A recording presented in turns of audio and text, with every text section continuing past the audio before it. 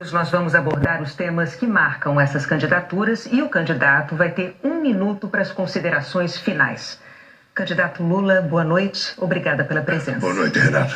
Obrigado por ter vindo, candidato. E nós vamos começar, então, essa entrevista a partir de agora, contando o tempo, e vamos começar falando de corrupção. O Supremo Tribunal Federal lhe deu razão, considerou o então juiz Sérgio Moro parcial, anulou a condenação do caso do Triplex e anulou também outras ações por ter considerado a Vara de Curitiba incompetente. Portanto, o senhor não deve nada à justiça. Mas houve corrupção na Petrobras. E, segundo a justiça, com pagamentos a executivos da empresa, a políticos de partidos como o PT, como o então PMDB e o PP. Candidato, como é que o senhor vai convencer os eleitores de que esses escândalos não vão se repetir? Olha, primeiro eu acho importante você ter começado esse debate com essa pergunta. Porque durante 5 anos eu fui massacrado e estou tendo hoje a primeira oportunidade de poder falar disso abertamente, ao vivo, com o povo brasileiro.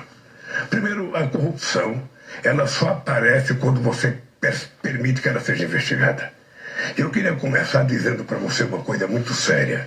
Foi no meu governo que a gente criou o Portal da Transparência, que a gente colocou a CGU como ministro para fiscalizar, que a gente criou a lei de acesso à informação, a gente criou a lei anticorrupção, a lei contra o crime organizado, a lei contra a lavagem de dinheiro, a AGU entrou no combate à corrupção, criamos o COAF para cuidar de movimentações financeiras atípicas e colocamos o CAD para combater os cartéis. Ou seja, foram todas as medidas tomadas no meu governo, além de que o Ministério Público era independente e além do que a Polícia Federal recebeu no meu governo mais liberdade do que em qualquer outro momento da história.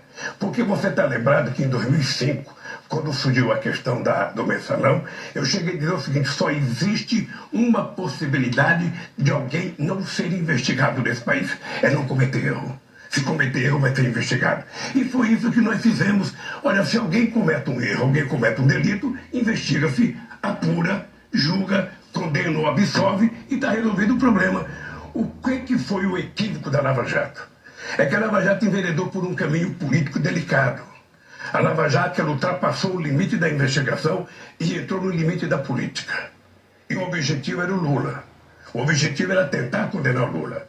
Não sei se você está lembrado que no primeiro depoimento que eu fui dar ao Moro, eu falei: Moro, você está condenado a me condenar porque você já permitiu que a mentira foi longe demais. E você sabe do que eu estou falando. E aconteceu exatamente o que eu previa. Quando nós entramos com habeas corpus na Suprema Corte, foi antes e bem antes do hacker. E se você pegar o nosso habeas corpus, a gente está dizendo coisa que depois se descobriu com o hacker investigado pela Polícia Federal. Então, eu vou te dizer uma coisa, Boni, vou dizer para você, olhando nos olhos do povo brasileiro: não há hipótese, não há hipótese. Eu quero votar à presidência da República e qualquer hipótese de alguém cometer qualquer crime, por menor ou por maior que seja, essa pessoa será investigada, essa pessoa será julgada e essa pessoa será punida ou absolvida. É assim que você combate a corrupção no país. Agora, candidato, o senhor elencou aqui diversas medidas adotadas em governos do PT como instrumentos, mecanismos de controle da corrupção. Mas é fato que a corrupção, a despeito disso, ocorreu e ocorreu em grande escala. Por isso, eu retomo a pergunta original, que é: como o senhor pode assegurar que elas não se repetirão? Alguma medida nova foi estudada para evitar que aconteça? Boni, primeiras medidas estão colocadas. Veja, eu poderia ter escolhido um procurador engavetador. Sabe aquele amigo que você escolhe que nenhum processo vai para frente? Eu poderia ter feito isso, não fiz. Eu escolhi da lista tríplice. Eu poderia ter impedido que a Polícia Federal tivesse um delegado que eu pudesse controlá-lo. Não fiz. E permiti que efetivamente as coisas acontecessem do jeito que precisava acontecer. Olha, nós vamos continuar criando mecanismo para investigar qualquer delito que aconteça na máquina pública brasileira, porque eu já disse 500 vezes de que a corrupção Eu poderia, por exemplo, fazer decreto de 100 anos. Sabe decreto de sigilo, que está na moda agora? Eu poderia, para não apurar nada, decreto de 100 anos de sigilo para o Pazuello, decreto para meus filhos, decreto para meus assessores. Ou eu poderia não investigar, pega um tapetão, coloca em cima de qualquer denúncia, aí nada vai ser apurado e não vai ter corrupção. E a corrupção, ela só aparece quando você governa de forma republicana, que você permite que as pessoas sejam investigadas independentemente de quem seja. E eu tive a alegria, eu tive a sorte de ter um ministro do porte do Márcio Tomás Bastos, sabe, que era uma figura, sabe, inatacável nesse país, do ponto de vista da competência e da seriedade. Por isso, pode ficar tranquilo, sabe? É que houve um momento... Houve um momento, em mais de um momento, aliás, o Partido dos Trabalhadores chegou a dizer que o prejuízo acumulado pela Petrobras com o escândalo do Petrolão tinha sido reconhecido pela empresa e colocado no balanço da Petrobras por uma imposição da Lava Jato. Isso foi dito pelo Partido dos Trabalhadores. Hoje, e escrito, hoje o partido reconhece, então, que efetivamente houve este prejuízo?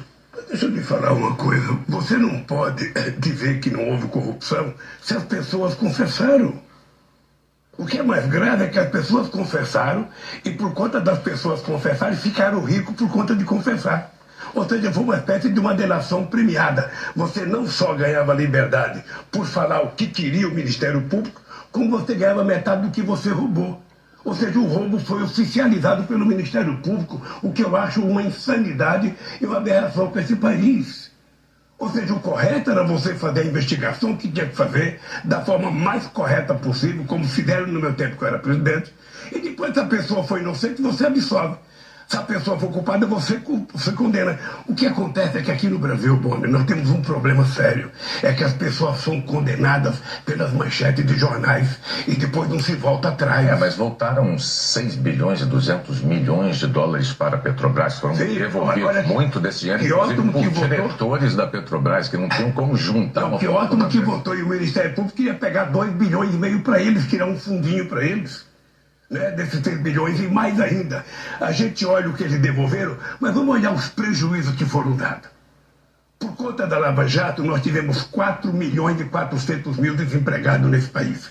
Por conta da Lava Jato, nós tivemos 270 bilhões que deixaram de ser investidos nesse país. E por conta da Lava Jato, a gente deixou de arrecadar 58 bilhões.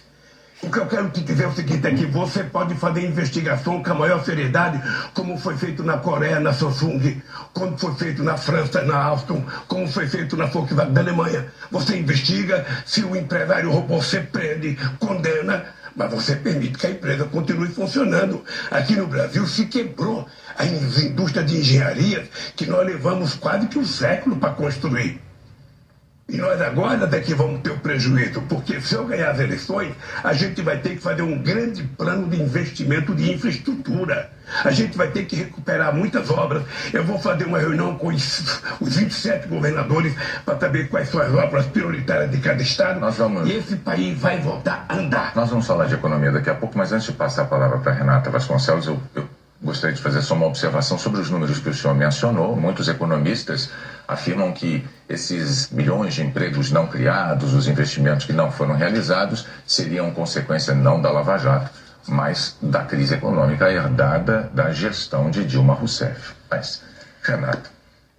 O senhor mencionou mecanismos de controle da corrupção no seu governo e, de fato, o senhor e a sua sucessora Dilma Rousseff sempre escolheram como Procurador-Geral da República o primeiro da lista tríplice elaborada pelo Ministério Público Federal, que em tese dá mais independência ao escolhido.